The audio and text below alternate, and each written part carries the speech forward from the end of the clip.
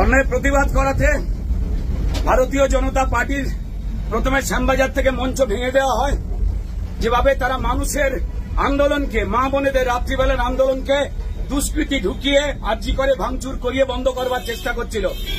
মমতা বন্দ্যোপাধ্যায় বাংলাদেশের ভয় নিজে পেয়ে গেছেন, তাই নিজে বলছেন এই বোনটার দাম নাকি 10 লক্ষ টাকা বলছেন। আজকে সকালবেলা থেকে প্রতিবাদ আন্দোলন যখন ভারতীয় জনতা পার্টির আমাদের লোকজনেরা করতে গেছিল, ওখানে রূপা গাঙ্গুলি রয়েছেন, অগ্নিমিত্রা পাল রয়েছেন, বাকি অন্যান্য নেতৃত্বরা যখন রয়েছেন, এবং আমরা যখন কালচারাল সেলের পক্ষ থেকে প্রতিবাদ করেছি, রাস্তা নাকি জ্যাম হচ্ছে এই অজুহাতে আমাদের মারধর করে গ্রেপ্তার করা হলো। এখন লালবাজারে নিয়ে যাওয়া হচ্ছে। ঠিক আছে, এবার সবাইকে বলবো যে রাস্তায় নেমে আসতে, এরা কাউকে ছাড়বে না। দল মত ঝান্ডা ছাড়া, ঝান্ডা নিয়ে যে কোনো কেউ রাস্তায় নেমে আসুন, এরা খুন করে দেবে সবাইকে।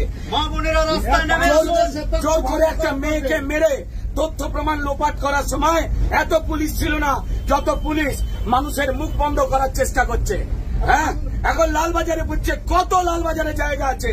সারা পশ্চিমবঙ্গের মানুষ এবার রাস্তায় নামবে, কতজনকে জেলে পুরবে।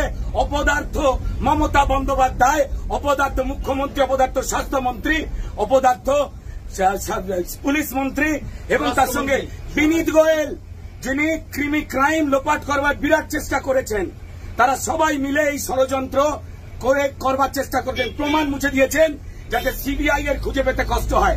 কেউ ছাড় পাবেন না, সবাই গর্জে উঠুন। এরা সবার মুখ বন্ধ করাতে চায় পশ্চিমবঙ্গে। শুধু আমাদের নয়, আপনাদের প্রত্যেককে আওয়াজ তুলুন।